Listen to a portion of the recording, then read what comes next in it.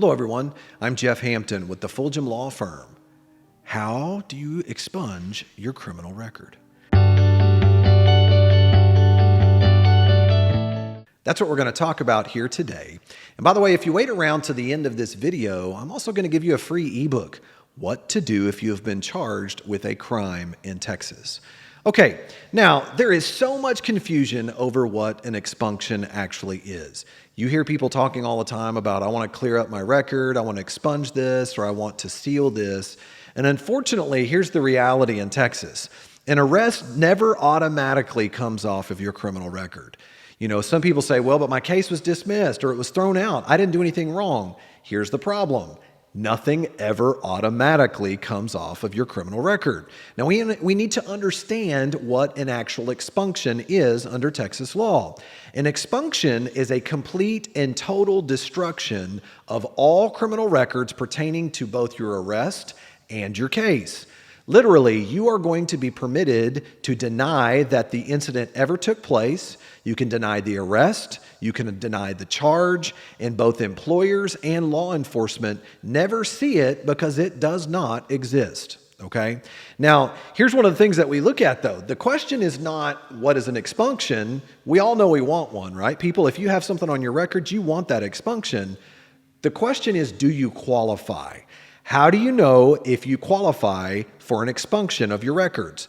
Now, let's talk about that right. Number one, there are a couple of ways. Specifically, I'm going to talk about 4 ways that you can get a case or an arrest expunged from your criminal record. Number one, you were acquitted, a not guilty verdict, okay? Whether you received a not guilty verdict from a judge or a jury, if you have been acquitted by a trial court or a judge, and in that instance, there is a waiting period, and we'll talk about waiting periods here in a minute, but you will now have a right to be able to move forward to file a petition for expunction, okay? So number one, you were acquitted. You were given a not guilty verdict. Number two, your case was dismissed. All right, let's say you had a case and you had to push the case as far as you had to up to a trial setting, and the prosecutor finally relented and said, I'm dumping it. Or maybe you were wrongfully arrested to begin with, and your attorney was able to get the case thrown out very quickly. Well, understand, now it allows you to be eligible for an expunction. It doesn't mean it's automatically expunged like we already covered, but that's the second way, is through a dismissal. Then number 3, a Class C Misdemeanor, that you receive a deferred disposition and you successfully complete that deferred probation, okay? Now, what do I mean by that? One of the best examples is sometimes we'll represent someone on a Class A. I give an example of like an assault, maybe an assault bodily injury charge. It's a Class A misdemeanor, okay?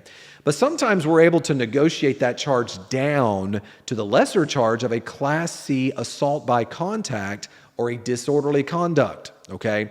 Once you get that negotiated down to a Class C deferred, if you complete that deferred probation, at the end of that term, you will be eligible to have all of both the case and the charge expunged from your record. All right.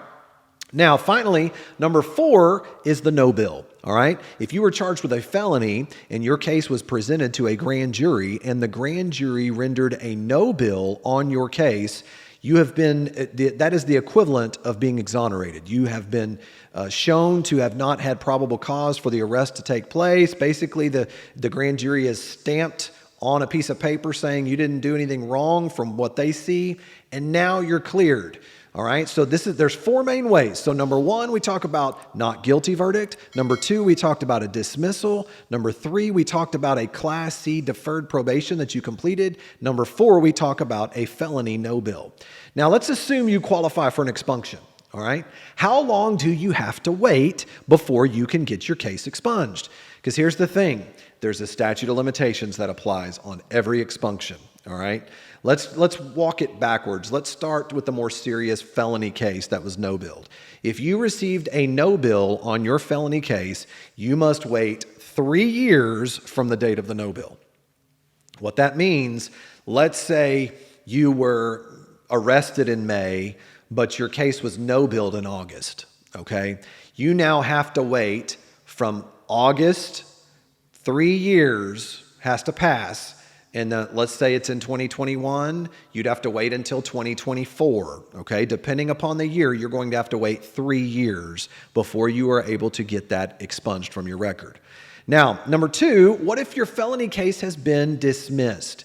Now, this can vary a little bit, all right, depending upon the type of charge, but most felony cases have a 3-year statute of limitations. So that means you're going to once again have to wait 3 years from the date of the actual dismissal before you are eligible to get it expunged from your record.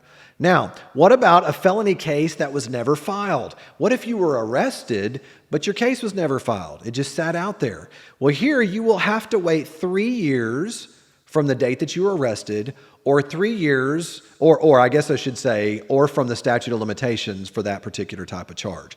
There are certain more serious felony charges where the statute of limitations is much longer than 3 years, so you're going to want to make sure and consult with an attorney that can give you that specific information, okay? Now, what about a Class C? Remember I told you you could get a case expunged from your record if you received a Class C Deferred disposition or a Class C Deferred probation. Well, here's the good news about that. It depends. If it started off as a Class C Deferred, let's say someone arrested or you were given a citation for a Class C assault by contact, there is no waiting period. You can immediately get it expunged from your record.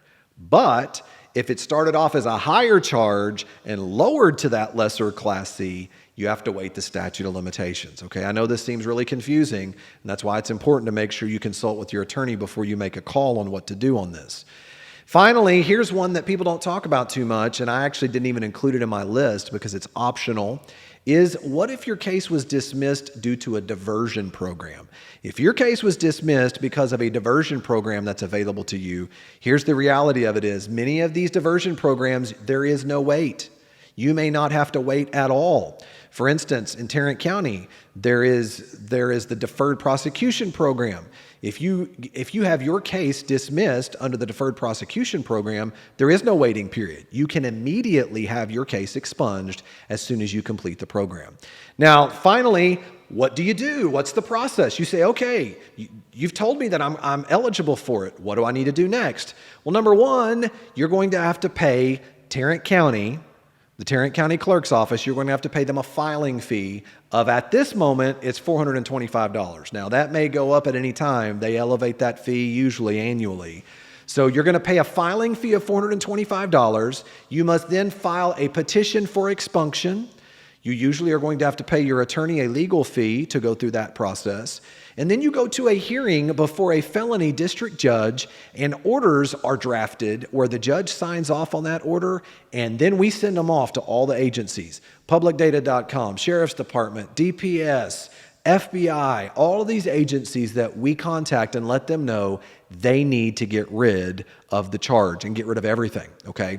So this is the gold standard. When you start talking about getting something off your record, this is what you want. Maybe you have a case that's been sitting out there for a while and you're thinking, maybe I qualify for this. If you're in the North Texas area, don't hesitate to contact the Fulgham Law Firm at 817-877-3030. I hope you found this information helpful. If so, like the video, subscribe to our channel. By the way, I promised you a free ebook if you waited around to the end of this video. If you click on the link below, I'll send you the free ebook of what to do if you have been charged with a crime in Texas. Thanks again for joining us here today. Look forward to seeing you on our next video.